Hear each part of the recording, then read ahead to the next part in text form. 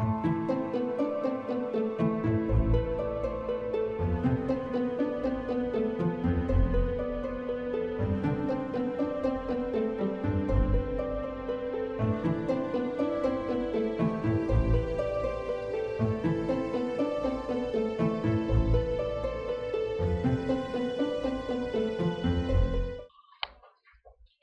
Hi, good afternoon. So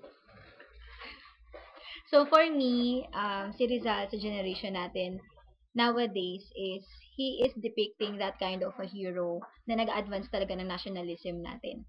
So, siya yung type na, ano kasi, yung ina-advance niya talaga yung, ano yung pinapaniwalaan niya despite all of the persecutions na naranasan niya nung time niya. Na siya yung person na tinitingala nating lahat na as a person that is willing to die for his own country, for the freedom of the people in that country. So, Okay, para sa akin si Rizal, yung parang si Rizal sa generasyon natin, siya yung sumisimbolo ng edukasyon. Um, yung pagpupursige natin sa edukasyon, siya yung nagpapaalala sa atin na yung edukasyon ay napaka-importante.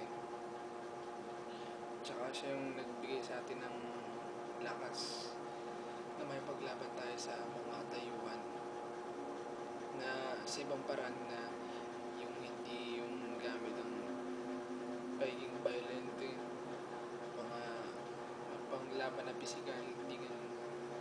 Tinuro tayo mapaglaban gamit ang edukasyon kasi mas maraming paraan, mas marami tayong makuha paraan na galing sa edukasyon. Marami din may tutulong